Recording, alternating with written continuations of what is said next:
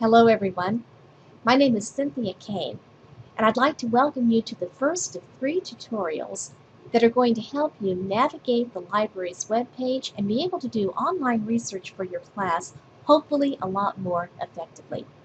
I am the librarian liaison for Counselor Education, and I want you to know that hopefully I will be a familiar face and a person to contact if you have any questions or any concerns about how to do research using our library's resources. So in this first tutorial, I'm going to walk you through the library's webpage and give you some introductions to some resources and services that we have for you to use no matter where you happen to be, on campus or off campus as a distance education student. So let's go ahead and start. We're at the Emporia State University webpage right now, www.emporia.edu. There are several ways of getting to the library's webpage. On Canvas, you'll notice that there's a link to the Libraries and Archives webpage on every Canvas course. So if you're already in Canvas, you can click on that link and you can get to our library from that point. Or if you're here at the Emporia State University webpage, you can simply scroll down and click on Libraries and Archives, and that will take you to the library's webpage. Another quick way of getting to the library's webpage is simply to type library.emporia.edu, and that'll get you here as well. So we're going to focus on just a few aspects of our webpage for this tutorial, and then in our second and third tutorial, we will focus a little bit more on doing basic and advanced searching in databases for your topic for this class. At the library's webpage, you're going to notice several things here.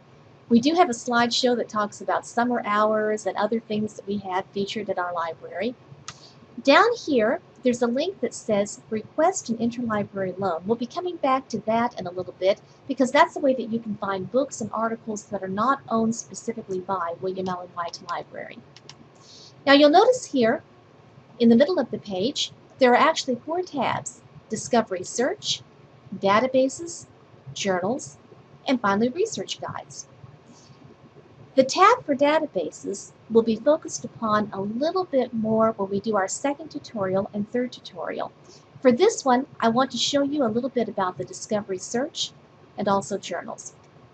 So our Discovery Search is actually our online library catalog. So in other words, this is what you're going to use if you want to find books that are owned by William Allen White Library or by other libraries on the ESU campus, such as the Teachers College Resource Center. Now, in this area, I can do a very, very basic search. So I might want to do a search on career counseling.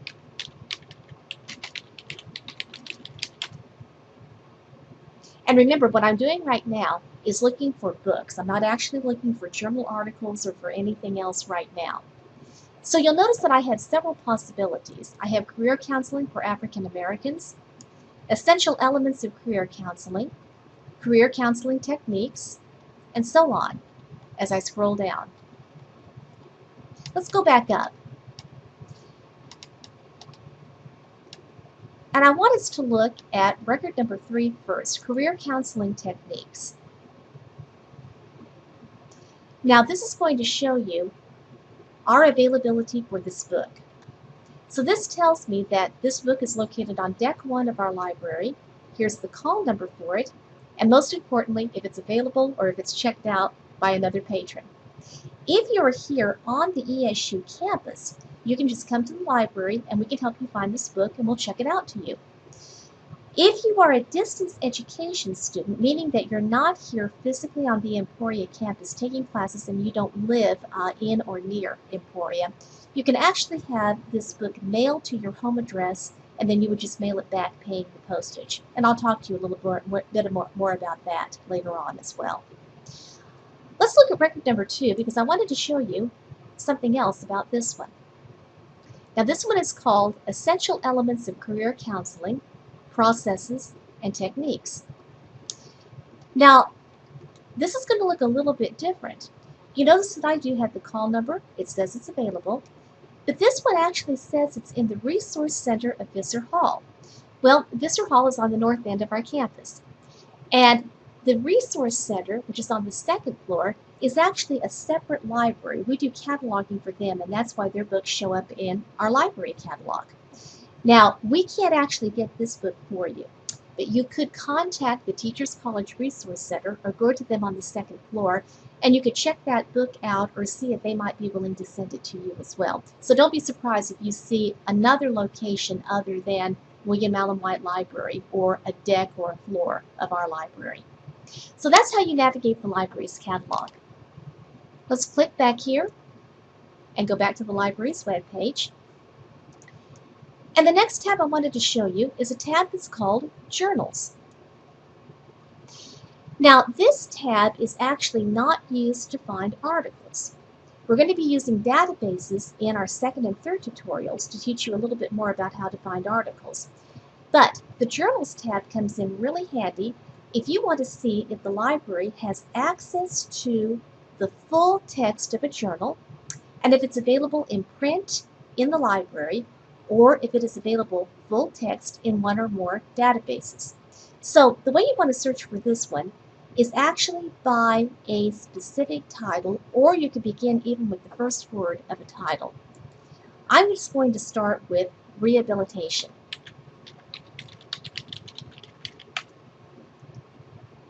And when I do this, you notice that there are actually quite a few journals that begin with the word rehabilitation. Rehabilitation Counseling Bulletin, Rehabilitation Education, Rehabilitation Nursing, and so forth. I'm going to go to the next page, and I'm going to click on one that's called Rehabilitation Psychology. And again, this is the name of a journal. This is not actually a topic, but this is a journal that's called Rehabilitation Psychology.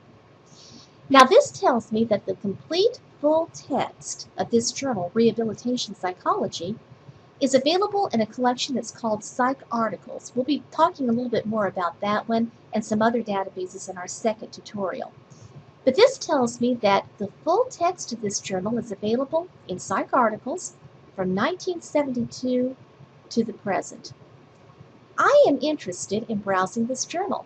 And what I love about this feature is that I can browse journals online electronically. So I clicked on Rehabilitation Psychology. Now, I happen to be on campus right now in my office.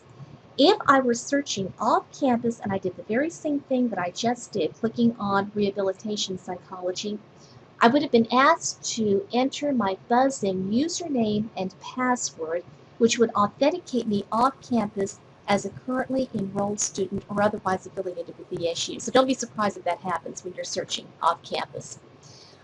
Now, you'll notice that I got into Rehabilitation Psychology. This tells me again that the full text is available from winter 1972 to the present. And here's the marvelous thing about this. I can browse different issues, including the most recent issues for 2015, or I could search within this publication. So if I typed in careers, I have 154 results from just this specific journal that talk about careers. And again, remember, this one is full text. So here's one that's called Rehabilitation Psychologist as Healthcare Executive, a platform for professional diversification. The APA, American Psychological Association, Ethical Principles as a Foundational Competency, Application to Rehabilitation Psychology. And again, since I know that all of these are a full text PDF, I can click on the PDF link, and I can wait for this to load. And there is the full text of the article in PDF. It's really nice to be able to do that from the comfort of your computer. I'm going to leave this up here, and I'm going to click on this tab to go back to the library's homepage. By the way, when I'm searching, I tend to use or leave a tab on the library's webpage, and then I open different tabs as I'm searching because then it helps me navigate a little bit better. I can always get back to the library's webpage a little bit more easily that way. Now, I mentioned down here that we do have a link that's called Request an Interlibrary Loan.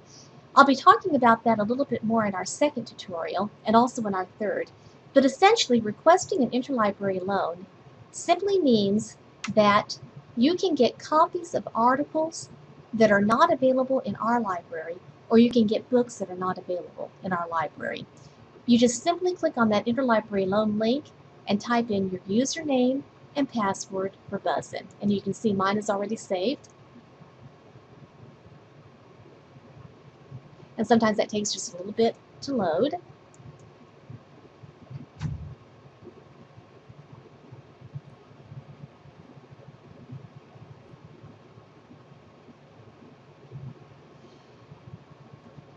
And if you've never done interlibrary loan before, you would actually get a screen right before this one.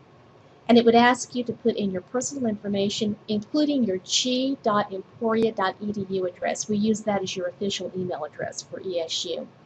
Then you could put in a new request for an article or a new request for a book. You do have to have the information about the article or about the book. So again, this is something you would use if you had, say, a reference to an article from a database and it wasn't available full text. You just couldn't get that full text anywhere from our library. You would go into the interlibrary loan link, and then under new requests for an article, you would put in all the information about that article. And then you would get that PDF full text in your email. You could do the same thing for a book. If you have information about a book that's not owned by William Allen White Library, just do the same thing. I'm going to go back here to the library's homepage. Again, when I scroll down, you'll see the hours that the library is open this summer. And the last thing I wanted to wind up with is this particular link that's called Ask a Librarian. Whenever you see something called Welcome to LibChat and that's on, that means that you can actually chat with a librarian online. And we try to staff that during most of the hours that the library is open. That can be a great way of asking a really quick question like, do you have a book? Do you have an article? I'm having problems finding information about a particular topic, and so you can actually chat with the librarian live. At the end of this tutorial, you will see my contact information, and I also encourage you to contact me directly if you have any questions at all. This concludes our first tutorial. Thank you very much. And in our second one, we're going to actually start doing some research for your topic. Good luck.